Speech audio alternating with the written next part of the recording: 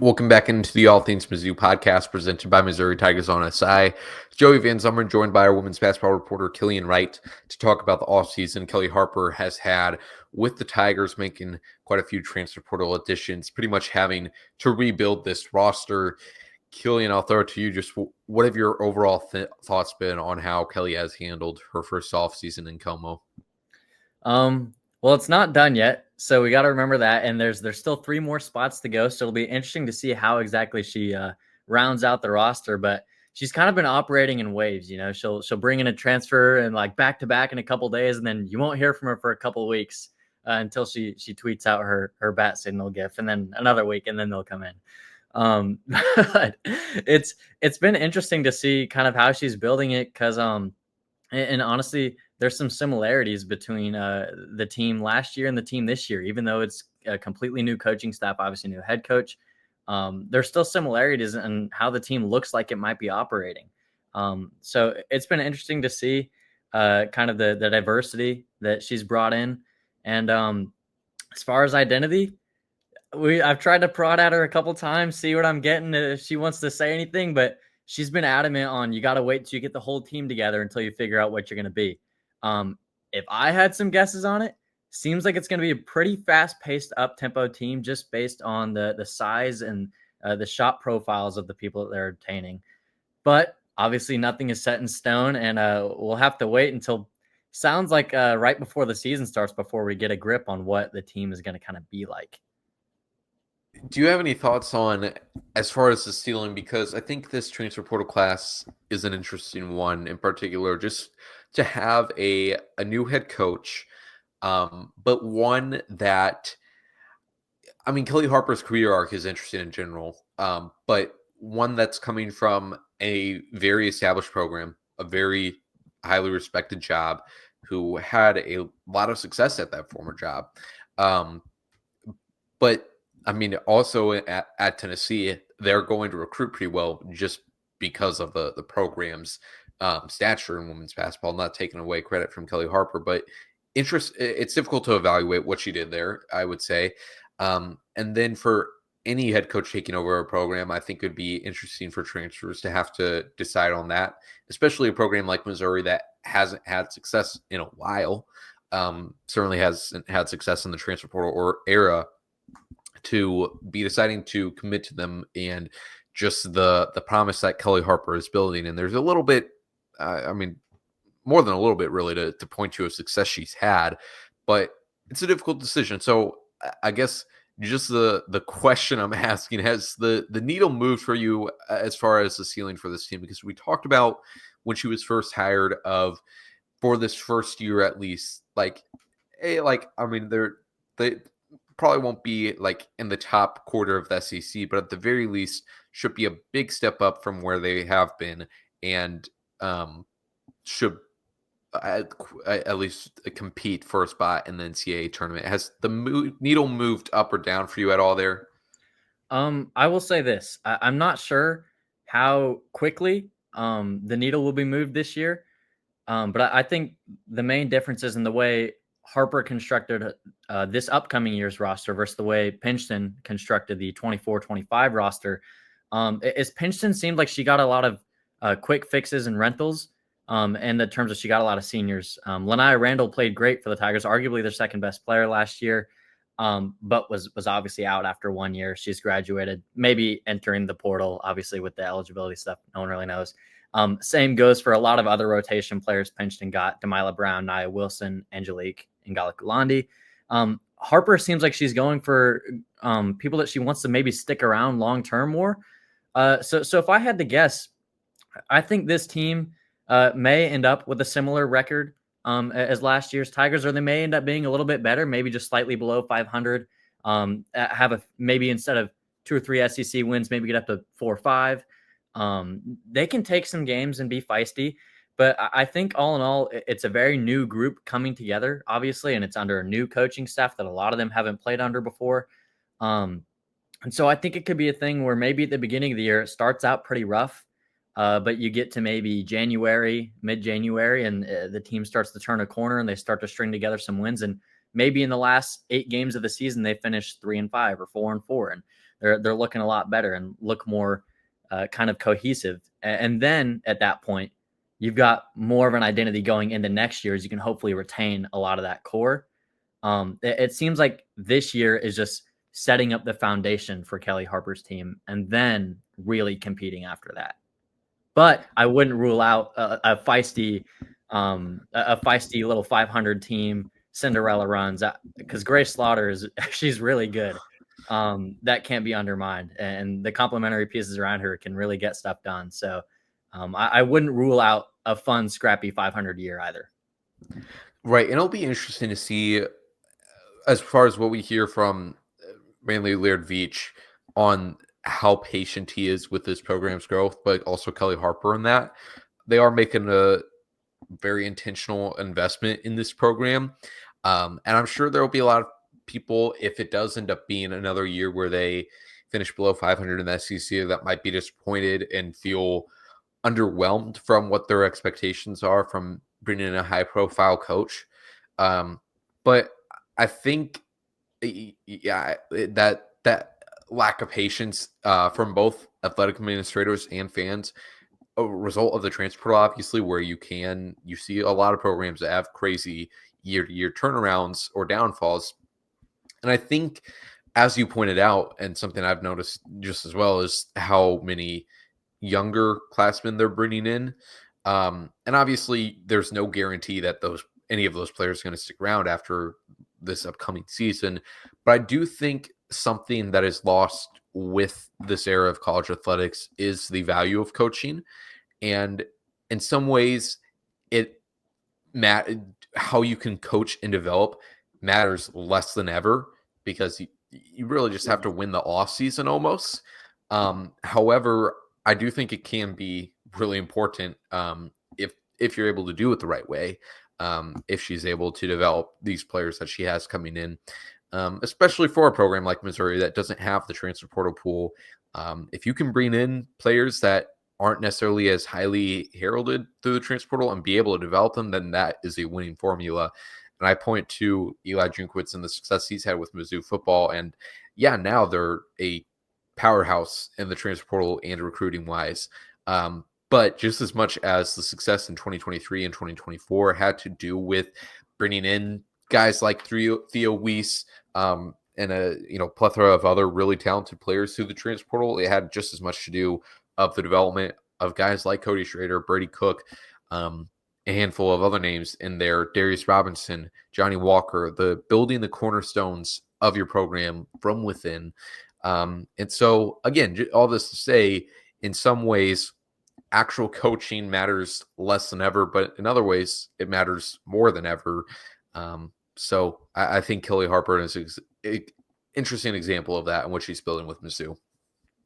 Yeah, she's got a variety of transfers. Really, she's clearly seeking out people that she thinks will fit her and her coaching staff and her scheme. She's not just going for, hey, any SEC transfer, come over to Mizzou. She's only got one right now. It's Sanaya Tyler. So she's picking and choosing her spots on where she wants to get these girls from, and they're from all over the place. I mean, Lisa Thompson, Rutgers, Sydney Maines, FAU. You go over Western Illinois with Shannon Dowell. I mean, it's all over the map. So Kellie is just really putting together her group of girls, honestly. And yeah, I think you nailed it. Her coaching style is a little bit more important in terms of the team success, like more than ever almost. And something I forgot to mention is she hasn't had a season below 500 since 2014. So she might just surpass expectations, honestly. I might be undermining her a little bit. So if she's confident in her squad, yeah, you can maybe expect 500, honestly. I might have been a little too harsh on my previous take.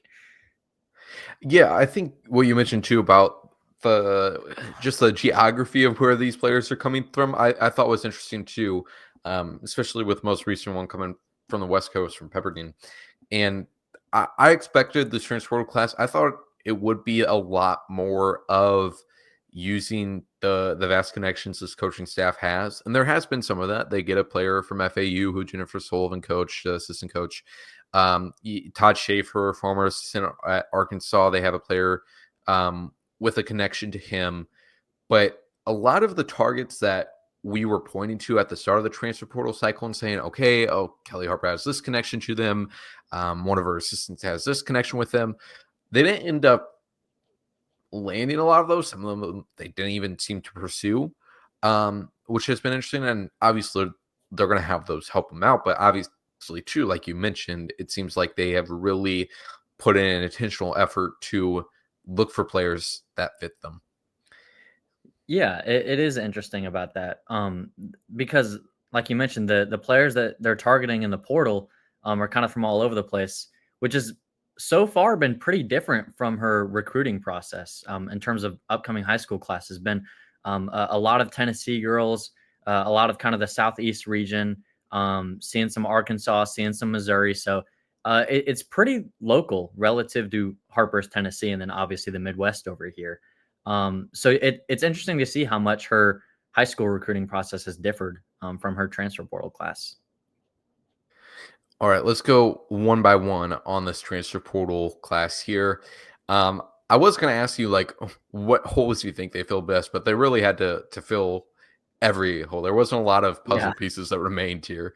But starting off with Sanaya Tyler, um, I, I I was going to break this up by position as well, but there's a ton of guards here. I think Yeah. only one forward.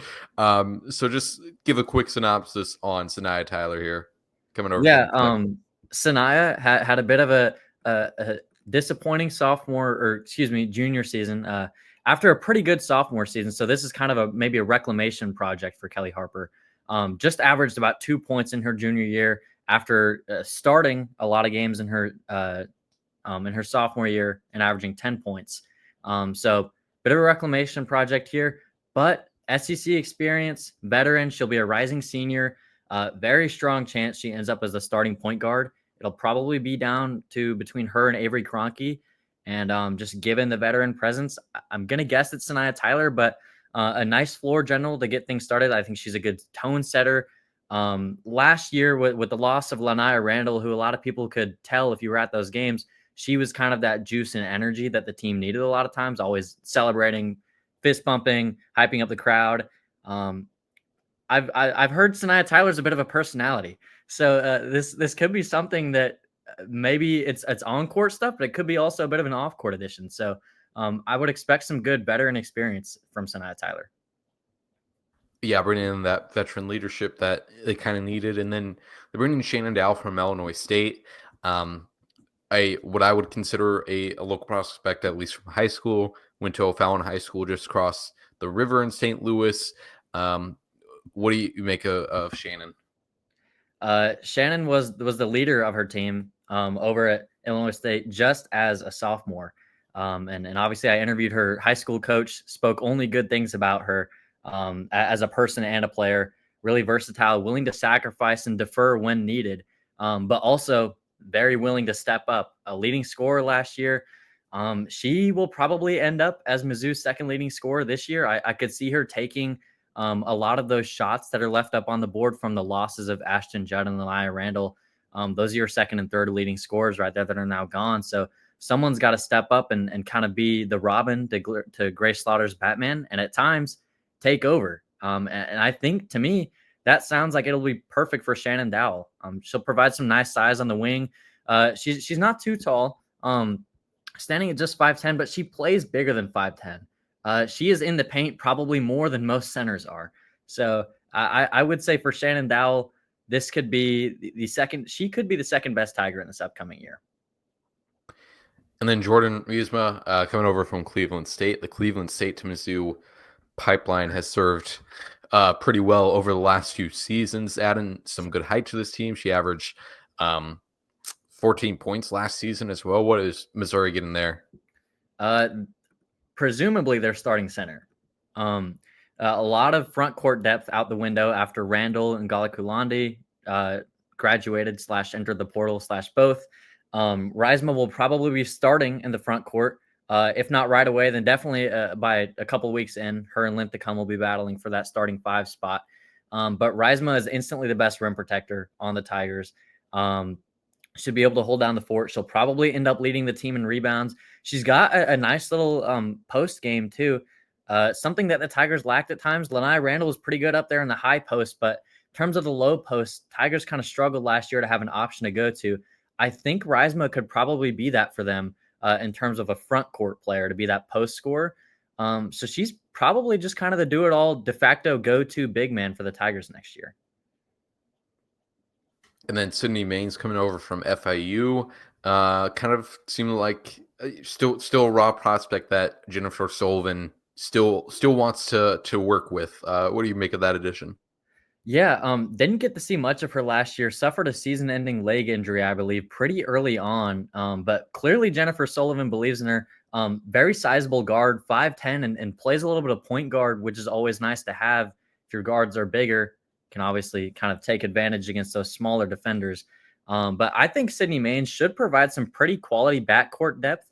Might not play every game. We'll certainly get some burn in non-conference and see how it goes, but she could be one of those players that, hey, treat this more like her freshman season, her true freshman season, and then kind of develops as the years goes on. But, maybe she's a nice surprise and is able to contribute right now minutes to the Tigers in next season.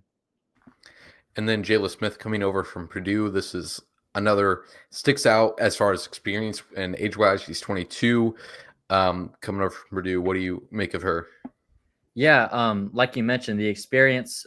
She and Sanaya Tyler and Jordana Reisma will be the only rising seniors on the team as of now, and Smith will actually be entering her 5th year.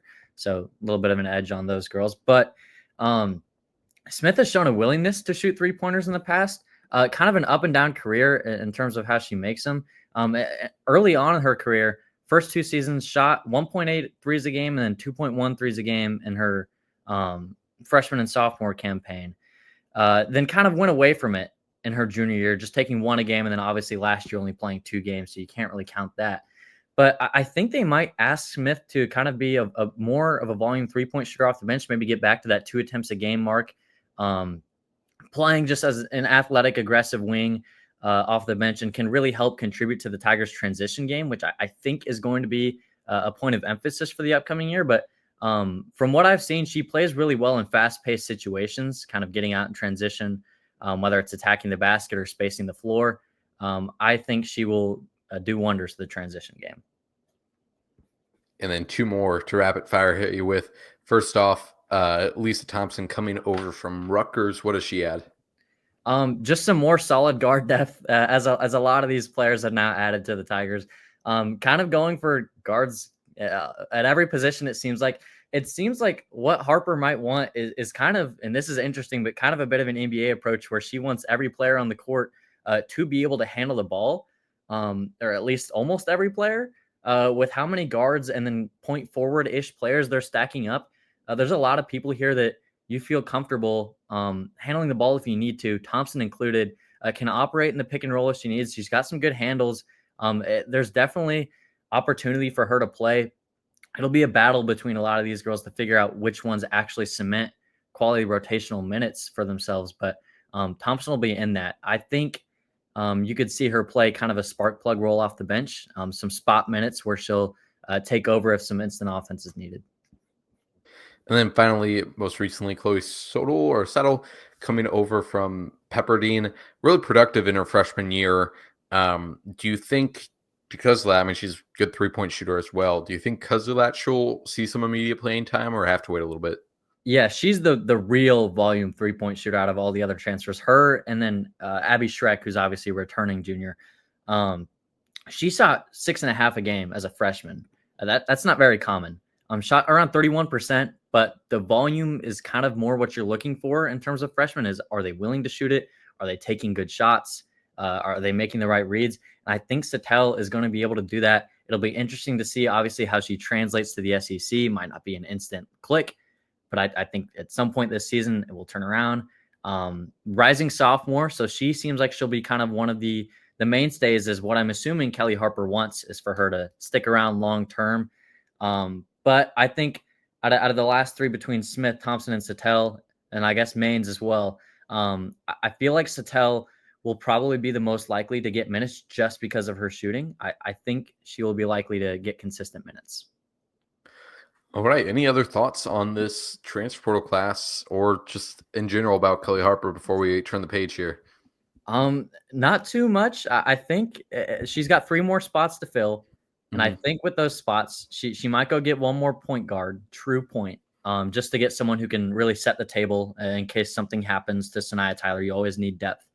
Obviously, Avery Kroenke will probably be the sixth man, but could take that starting role. But you probably need a third string, and then one more big after the retirement of Tiana Heron, and then obviously the losses of N'Gala Kulandi. You're looking at Reisma, who can definitely hold down the fort at center, and Linthicum, who could play some center, but is probably better off as a bigger forward, kind of that face-up 4 spot.